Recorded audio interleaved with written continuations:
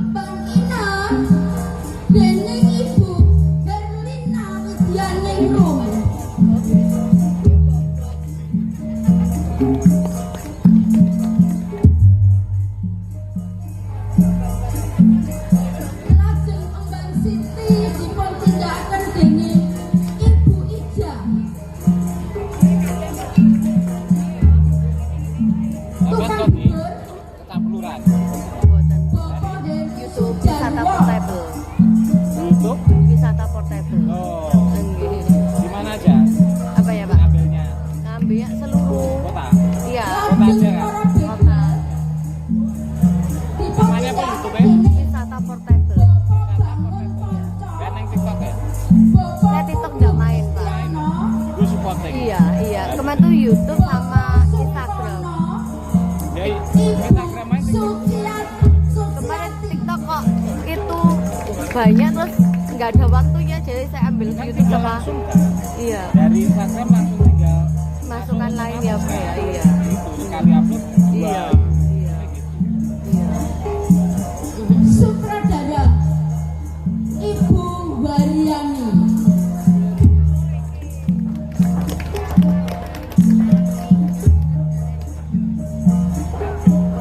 Ide lan naskah Bapak Rudianto Esos saha Ibu Endang Wahyuningrum.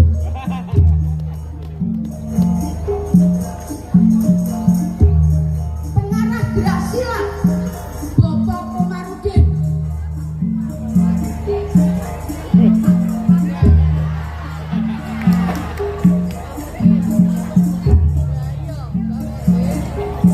Nuwun sewu para pamirsa, sumangga sugeng mirsani lan midhangetaken ngantos titinipun purna cariyos. Nuwun.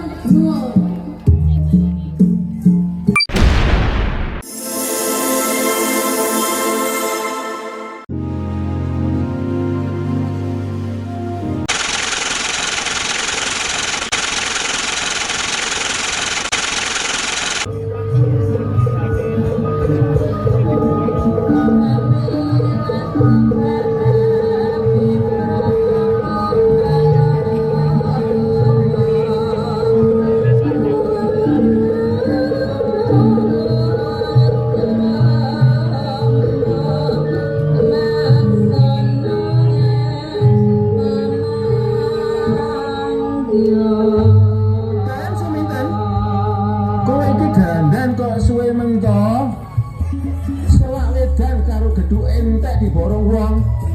Soale yen esuk pasar Kawah Gedangan ana senam siar gratis, dadi mesti padha rayaan tuku jajanan tradisional. Sabar toh, Pak.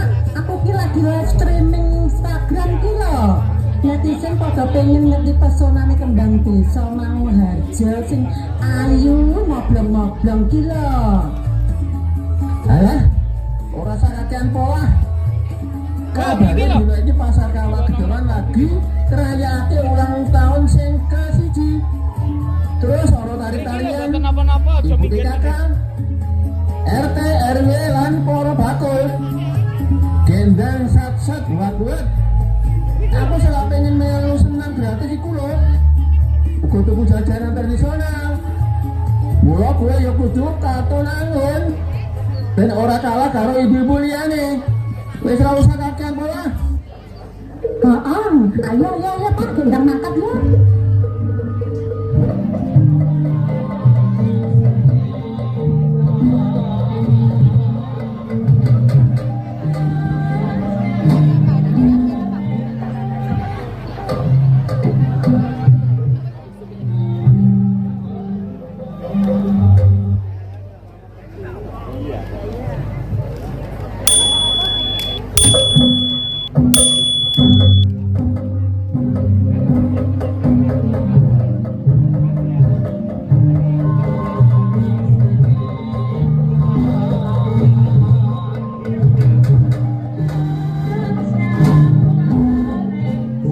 bojo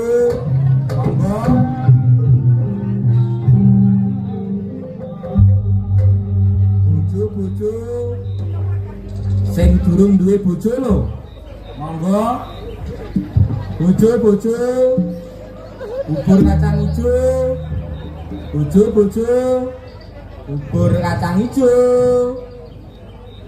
dodol awet mau kok ya sepi ora ana wong tuku blas asosik ning kene yen menawa ana wong liwat terus tuku kae kok ana wong marak rene menawa arep tuku bubur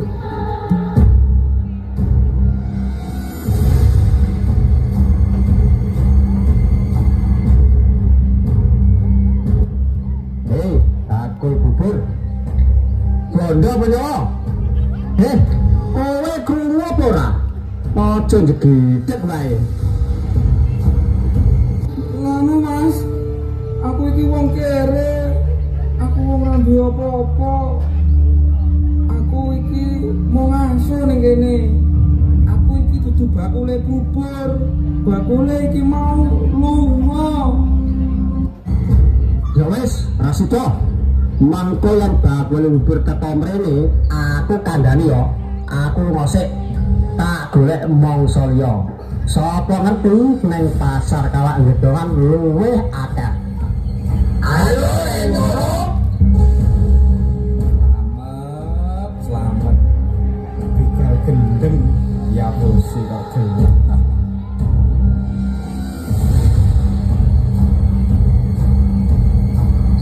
sik bos yen dheweke dudu bakule lah kok dheweke sing mikul oh iya ya sik gendenge aku ayo duwite jan saiki bae iya bos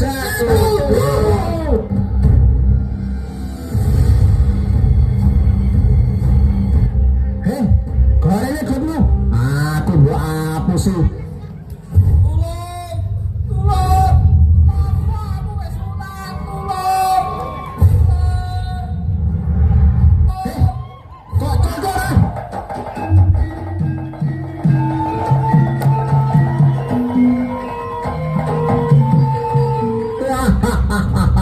ora usah melu-melu kowe warok kok cilik metikil kaya apa kuwi aja mbok sawang cilike nanging sesene gedhe ayo serang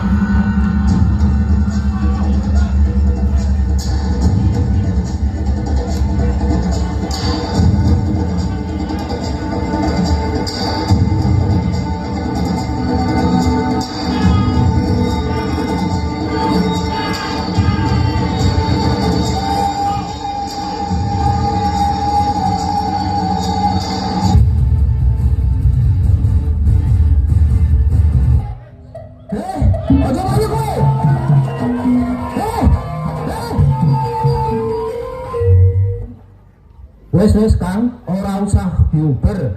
Para begal ora bakal wani bali mrene maneh. Sabar bos, luwe becik awake dhewe sowan ning Kademangan Manguharjo njaluk hadiah. Awake dhewe kan wis iso nglungakake para begal sing penggaweane ngrasani lan gawe kisruhe Kademangan Manguharjo kene. Ayo, ndang mangkat ning Kademangan Manguharjo.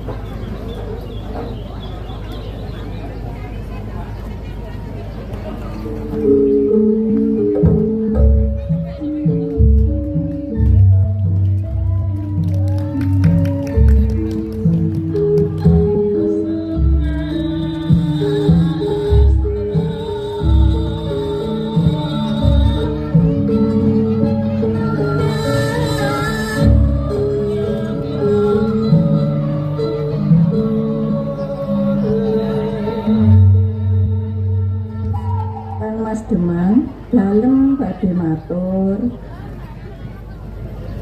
Iya Diajeng. Sliramu arep matur apa? Kang Mas, Raden Subroto menika sampun dewasa, sampun titi wancinipun bangun Balai Wisma. Punapa Kang Mas sampun kagungan piantun estri ingkang pantes kagem calon garwanipun Raden Subroto? Durung Diajeng.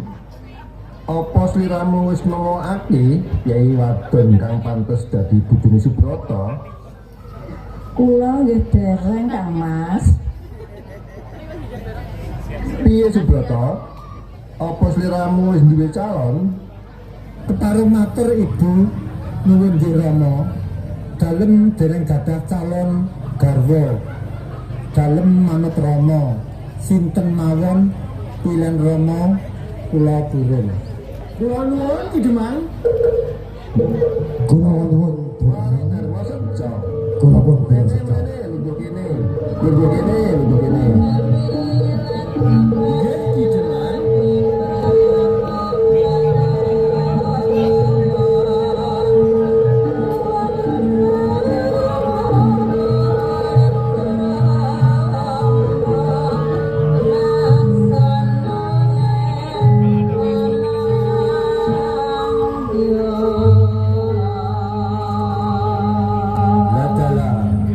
Omah kok ambane kaya ngene. Latarane ngalahne pasar kawak gedongan wae. Gus, aja ngisi-ngisi wae to, Kang. Darmo sejo. Kowe lungguh kene cedak aku. Wah, ngomong akeh ya. Panggonane asri, tanduran karo sayurane kok iso ijo royo-royo ya. Iya ya, iso njaluk sawine iki Kang.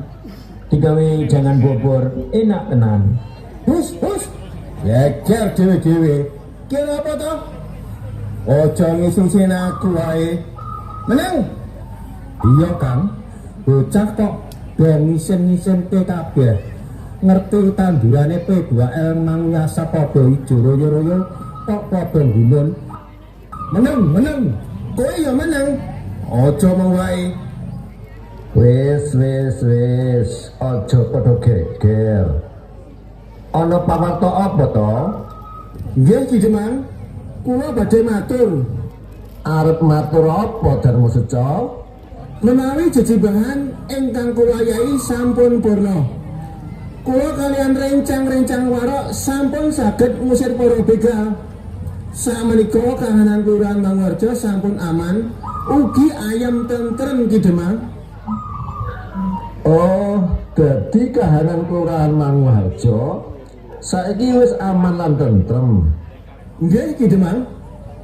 Jadi saiki para warga masyarakat Manguharjo wis ayem tentrem anggone makarya.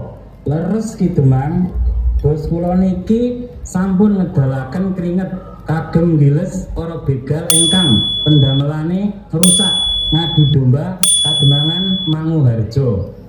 Lah hadiahe napa Ki Demang? Cocok. Wis. Ojo panggah ngisin-sini aku wae. Ngomong diatur. Ora apa-apa. Kanggo sliramu kabeh ora usah khawatir. Hadiah wis tak siapke. Ngene Darmo Sejo. Sliramu duwe anak wadon apa ora? Coba jujur wae. Nggih gadah Ki Demang. Naminipun suminten. Yen mangkono anakmu wadon bakal tak dhawuhake marang putraku Raden Subrata. Punapa leres Ki Demang? Wah, menawi ngoten kula sarujuk sanget. Piye Subrata? Jeremo dalem manut kemawon ingkang dados pilihanipun Rama. Lho, sekedap Bang Mas, menapa mboten klentu panjenengan apa sampun mantep menawi badhe ndhawuhaken Raden Subrata kalian kawula alit? Ora apa-apa diajeng. Iki minangka ganjaran kanggo Warok Darmo Sejo kang iso gawe tentrem Kademangan Manguharjo kene. Timbang Subrata mengko malah dadi Joko Kasut piye jajal? Ngene ya Darmo Sejo. Saiki sliramu ndang baliya wae. Maringi kabar bojo lan anakmu suminten. Uga siap-siap gawe ndhawuhake Subrata lan suminten. Semono uga aku. Nggih Ki Demang. Menawi mekaten kula badhe pamit rumiyin. Lho, arep kita Kang. Aku sik pengin ning kene lho Kang. Rumangsamu mbahmu piye? Ayo mulai. Nggih pun, kula nyuwun pamit nggih, bareng-bareng saya. Monggo. Diajeng. Saiki ayo padha nyiapake kuburan kene kanggo ndhawuhake Subrata. Inggih Kang Mas.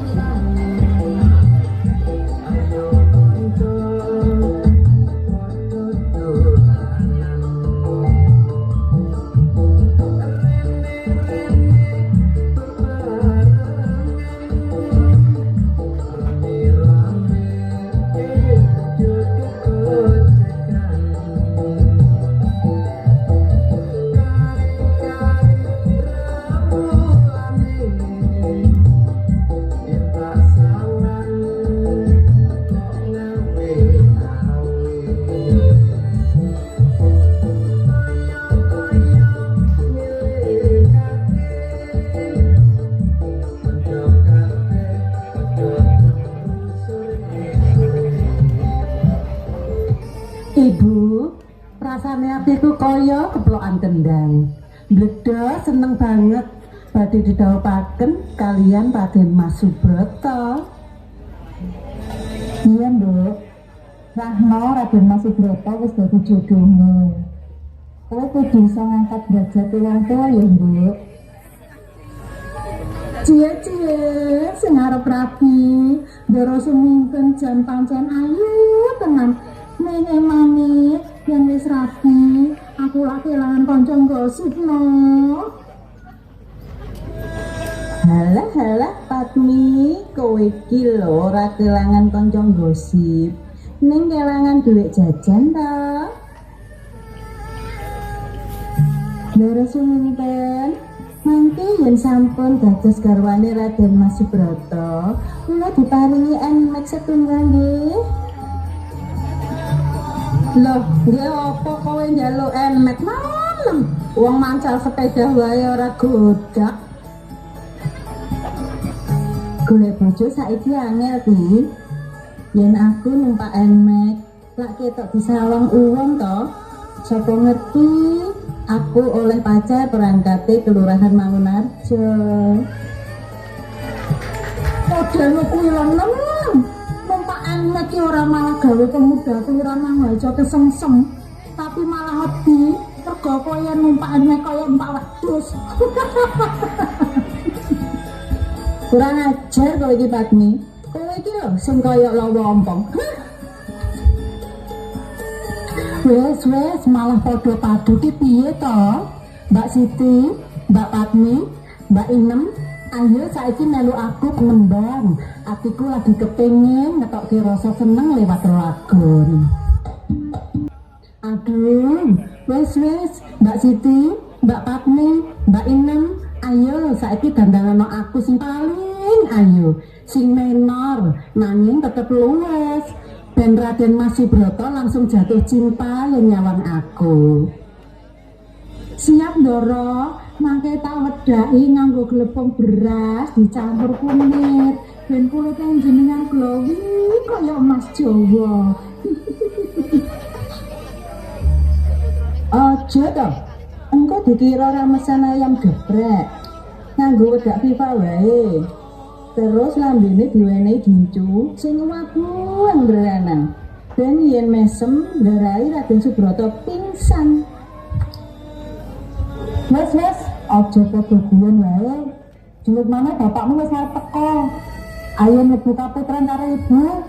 Siti, Patmi, Inem, ayo ndang nyiapke wedang seger karo jagat bakar. Senengane juragan pakemu. Ibu, singgarai sampean kesengsem karo bapak mbiyen ki apa to? Bapakmu gagah prakoso. Dinose kandhe banget, Nduk. Lho, apa meneng nek anu, Nduk? Aduh. Terus gak usah diterusin. Asal ndang mlebu pengatnya berantane. Gawat iki. Cilaka tenan. Gawat iki. Cilaka tenan. Gawat.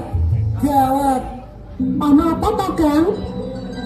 Cilaka. Aduh, ana dhisik kok meneng. Tak lakban kabeh kok malah. Meneng. Kan cilaka tenan kan? Ramalanmu ambyar. Subroto jatuh cinta karo Cempuk. Saiki wonge lagi pacaran karo mangan sego pecel ning pojokan pasar Kawak Gedhe ngenten. Apa, Pak?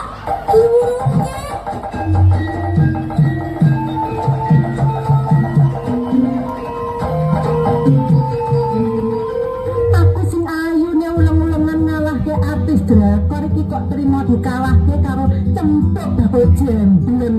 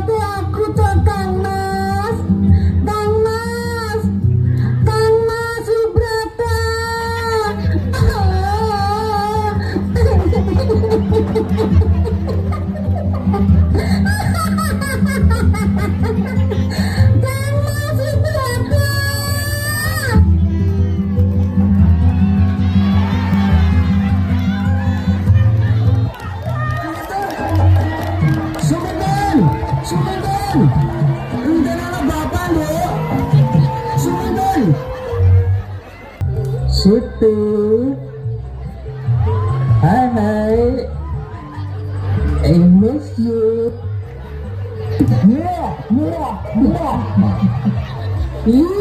Emang aku, emang. Sita-siti wae. Koncone kakakmu, metu di sini bantu kono lho, bantu kita mau joget-joget ae lagi. Sakniki to, Mbok. Orang sesuk, ya saiki to, cepet kono lho, senin pendaftaran ana. Ojo enak-enakan ning kene to mah joget-joget. Ayo rene kita rani senin. Oke.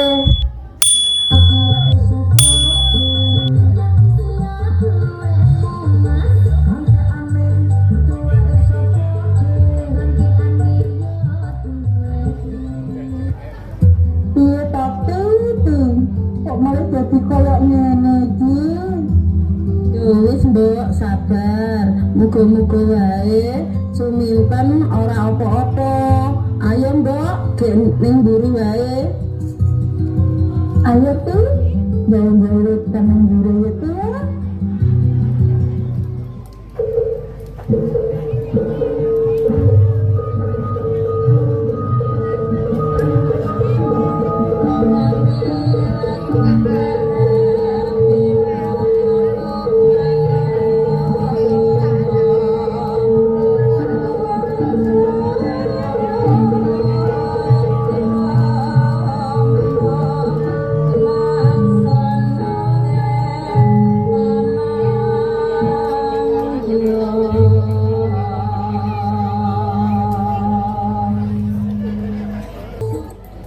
Waduh, jian asri tenan pasar Kawak Gedongan iki.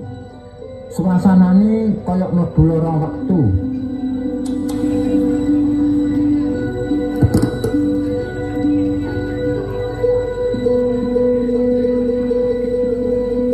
Aku arep tuku jemblem kok dadak kudu nggawe koin pring to.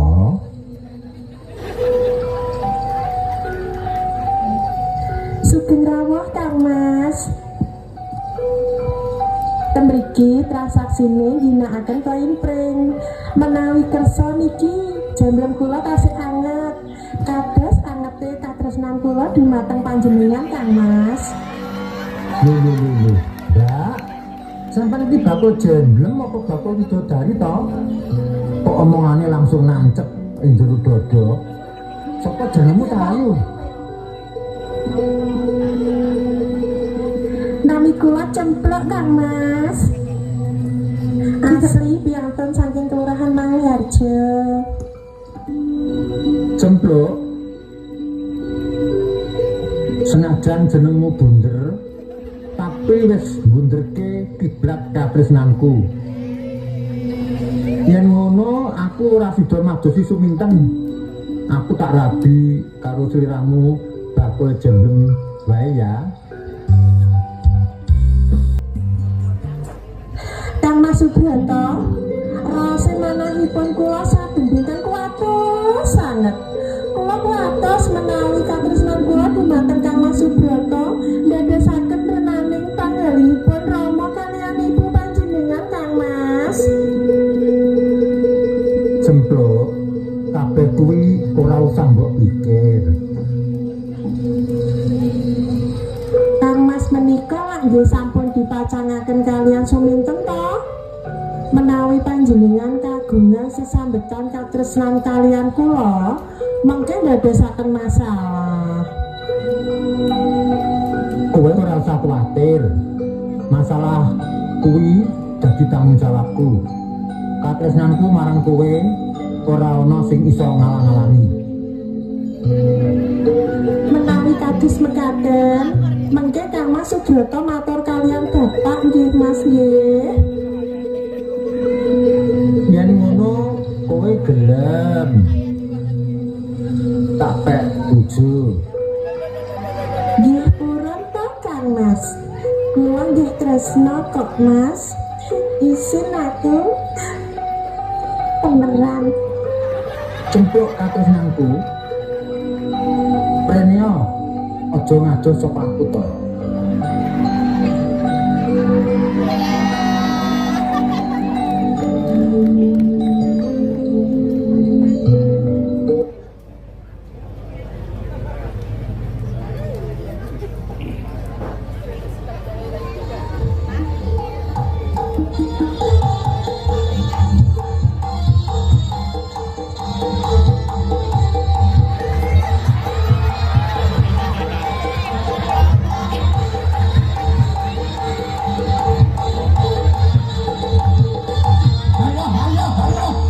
Pedot.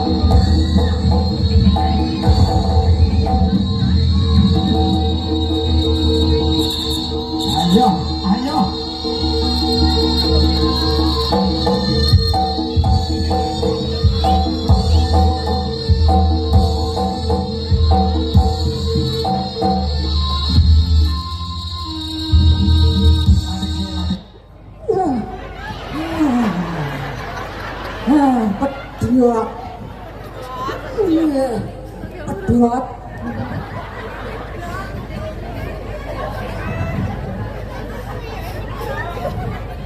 Pedot.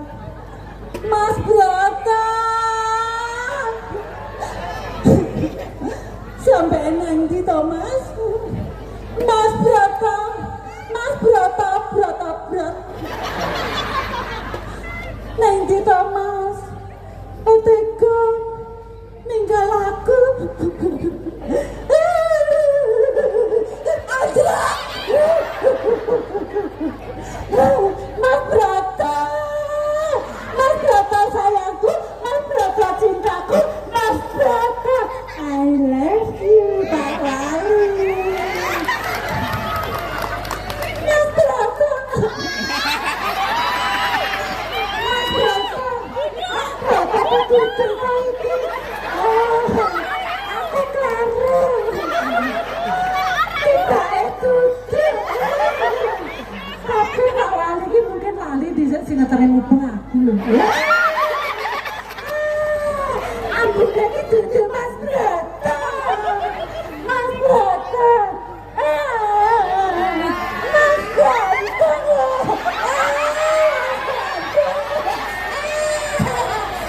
Kadangnya mah sampean ra ngawe aku ning kene isin mesti kadangnya mah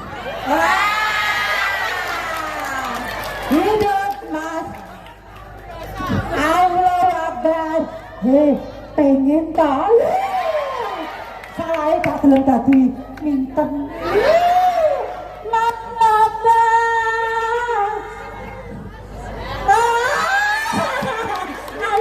Si Arab nambah, si Arab nambah siapa? Jalan jajan, jalan jajan, jalan jajan, jajan, kami pahit, kue pahit, lah iki loh, khusus kue dawa, yuk iki enak lagi, ben Mas Brata tak tinggal, ya ngelak. Punya mana?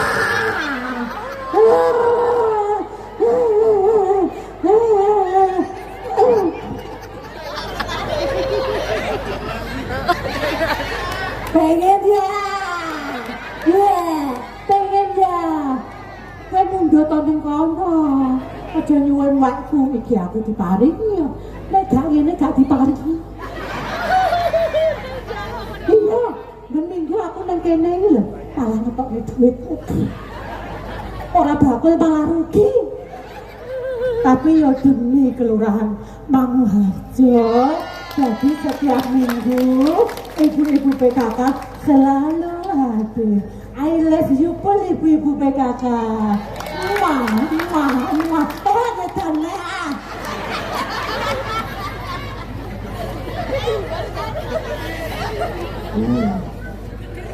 Selok bursa es tuh Mas Bagus.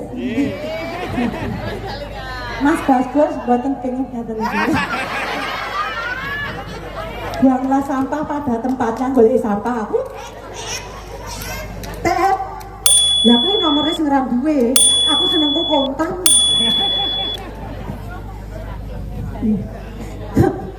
Mas Prata iki nanti saya.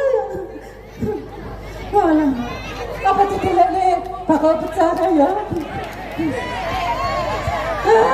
Ini aku suka.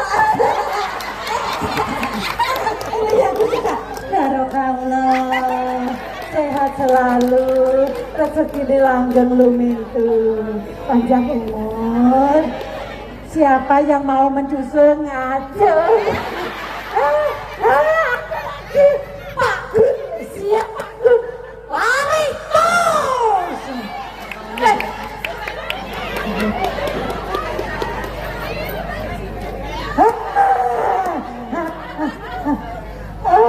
Sehat selalu, rezeki langgeng lumintu. Amin.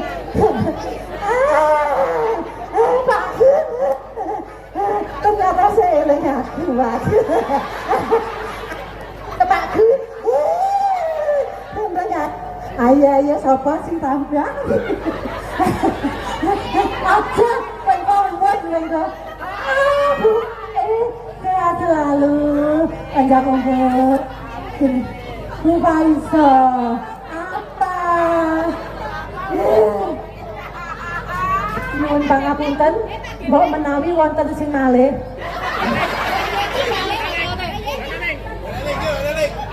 Pak, Besok ini waras.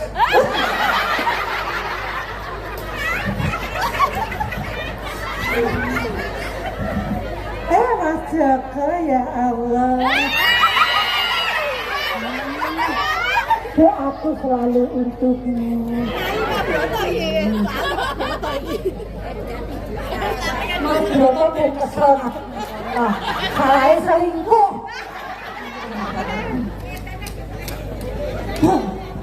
Kok kesel ya?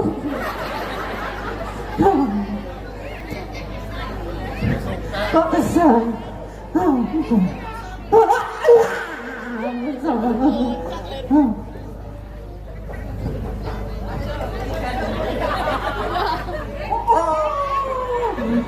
Enak sih Suminten!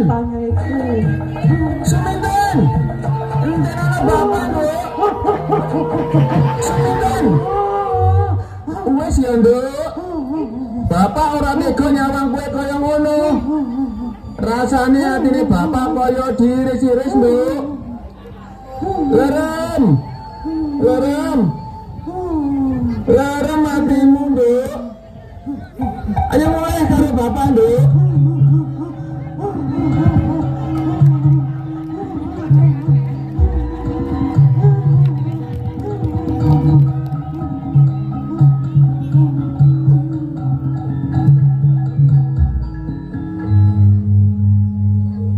Subrata, gara-gara kelakuanmu, Suminten dadi kaya ngene iki. Sek. Kang Mas Subrata ora tresna karo Suminten, nanging tresnane karo aku. Katresnan kuwi ora iso dipeksa, nanging tukul sajroning ati. Katresnanku lan katresnane Kang Mas Subrata ora iso dipisahke. Pancen kabeh kowe sing njalari perkara iki ora bakal rampung perkara iki yen kowe ora dirampungi pisan. Ya wis rasakno iki.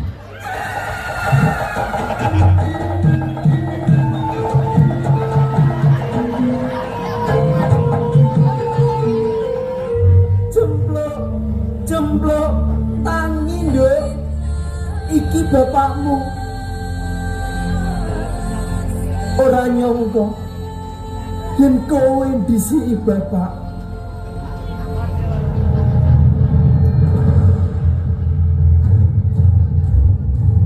Sopo sing mateni anakku Cemplok? Sopo? Sing mateni anakmu ya warok singa bodo. Apa?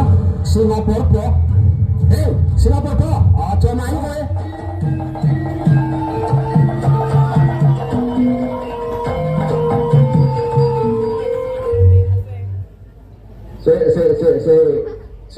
padha sareh. Janjane ngono ana apa ta iki? Kok padha oyak-oyakan paten-patenan. Salim boleh. Siramu minangka warake kabenaran mangodok ini kudune iso dadi patuladan marang liyane. Ora malah kaya mangkene kahanane. Ki Demang, sinten ingkang saged trima ugi lila menawi anak ingkang kula tresnani dipun pejahi kalian Singapura. Kedadiane kok malih sansaya ruwet iki piye? Subrata, kepiye ceritane? Kok nganti ana kedadian sing kaya ngene? Dalem nyuwun pangapunten. Kados mekaten Rama. Nalika semanten dalem sagah badhe Rama dhaupaken kalian Rara Suminten. Nanging kula boten wantun nolak pikajenganipun Rama. Sejatosipun kula boten tresna kalian Rara Suminten. Nanging kula sampun tresna kalian Cempluk putrinipun Warok Suramenggala. Lajeng Warok Darma Seca boten trima amargi Rara Suminten ngantos edan. Lajeng Singapura mejahi Cempluk Rama. Suramenggala, aja suwe-suwe ndang dislametake anakmu iki. Aku ngerti kowe duwe aji-aji Cangkok Wijaya Kusuma. Cepet ndang ditamakake ning anakmu Cempluk supaya bisa enggal-enggal waluya. Sendika dawuh Ki Demang.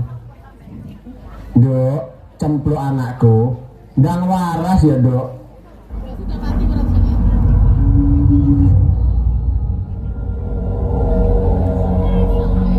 Cempluk, urip ya, Nduk, urip.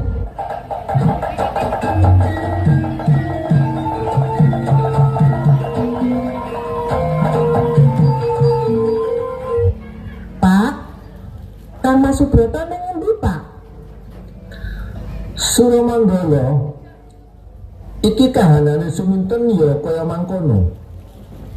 Sing iso nambani mung sliramu. Coba tambahno ben enggal-enggal waras. Sendika dawuh Ki Demang.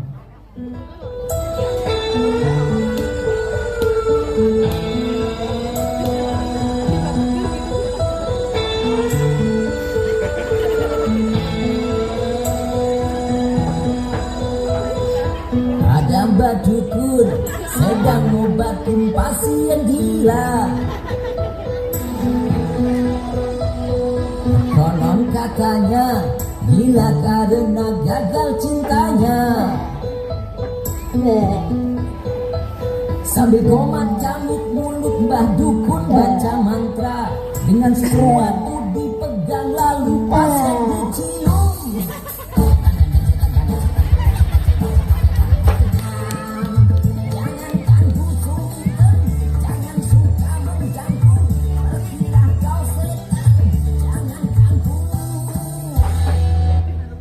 Suminten, kowe waras ya, Nduk.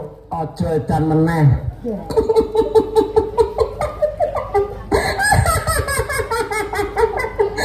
Anakku Suminten iki piye? Jare kok tambani. Tapi kok isih kaya ngene iki? Jadikan dhewe. Oleh menambani ku mau piye? Mbok tempel ya apa mau? Kowe iki ora ngerti menen wae. Aja melu-melu Kang. Nuwun pangapunten Ki Demang. Suminten saged waras ing namung setunggal syaratipun. Suminten kedah didhawuhaken kalih Raden Subrata. Lho, Pak, sampeyan niku kepriye? Kang Mas Subrata kuwi katresnanku, cintaku. Lah kok arep doleh ke Suminten? Kang Mas, aja gelem ya, Kang. Karo aku wae, ya, Mas. Hei, dadi wong ki ora oleh srakah. Aja milik duweni sing ora kae. Asline Raden Subrata kuwi sing duwe Rara Suminten, ora kowe. Wis, aja gegeran. Subrata, ngomong ngerti apa sing kok rasake. Senajan atimu abot nampa, nanging sliramu kudu tanggung jawab marang Suminten kanggo ngrampungi perkara iki. Syukur-syukur Suminten dadi lan sakwarase, banjur sliramu tak dhawuhake marang Suminten. Lah kula pripun Ki Demang? Kula kalih sinten? Kula nggih tresna kalih Kang Mas Subroto iki Demang. Rama, kula tetep tresna kalian Cempluk. Kula mboten sagah bisa kalih Cempluk Rama. Kados mekaten kemawon Ki Demang. Kekalihipun dipun dhawuhaken kalian Raden Subroto. Mugi-mugi Suminten saged waras. Oh, jadi karepmu Suminten lan Cempuk didhawuhake sisan karo putraku Subroto. Ngono ya.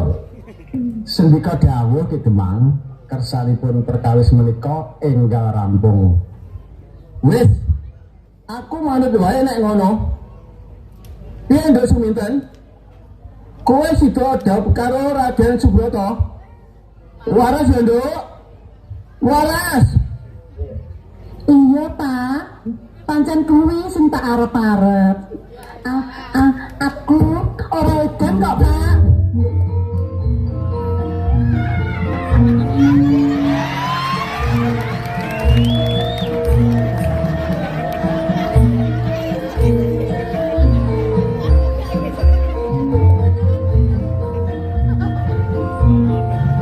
Para pamirsa, Kakung Mahaputri kanthi purnanipun Suminten kaliyan Raden Mas Subroto lelampahan Suminten edan sampun paripurna.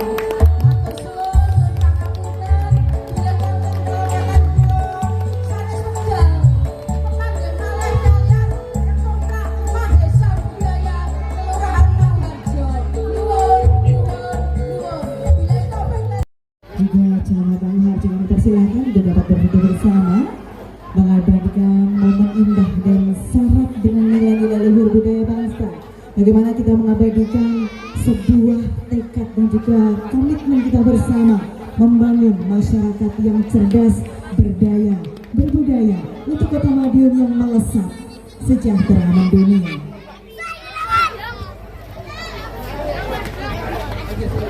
Untuk seluruh penari mungkin masih ada yang masih berdandan, monggo bisa bergabung bersama di sini untuk pelaksanaan foto bersama.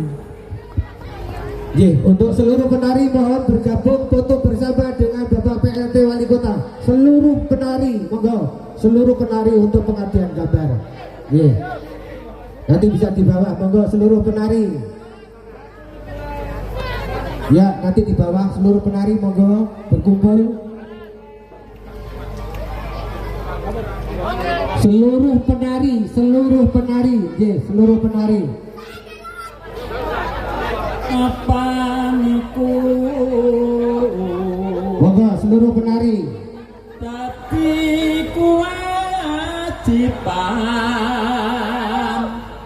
baku Monggo seluruh penari, mungkin nggak dandan juga nggak apa-apa. ayo bersih besok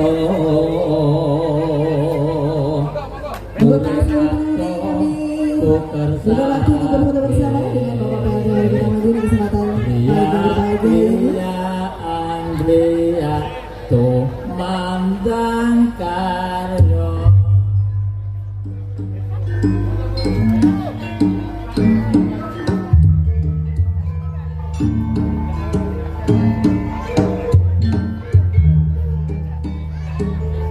Baik, sudah untuk foto bersama segera kita mulai. Foto bersama dengan sesi formal terlebih dahulu. 1, 2, 3. Sekali lagi 1, 2, 3. Selanjutnya semangat kita berangkat. Luar biasa sekali Bapak Ibu.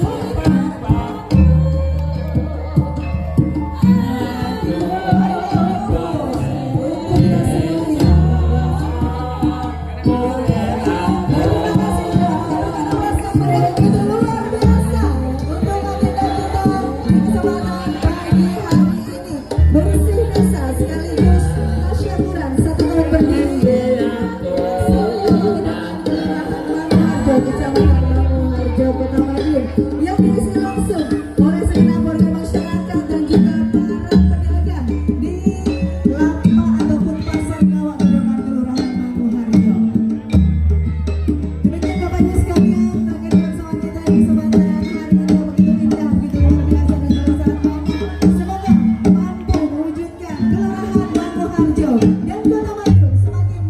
Putra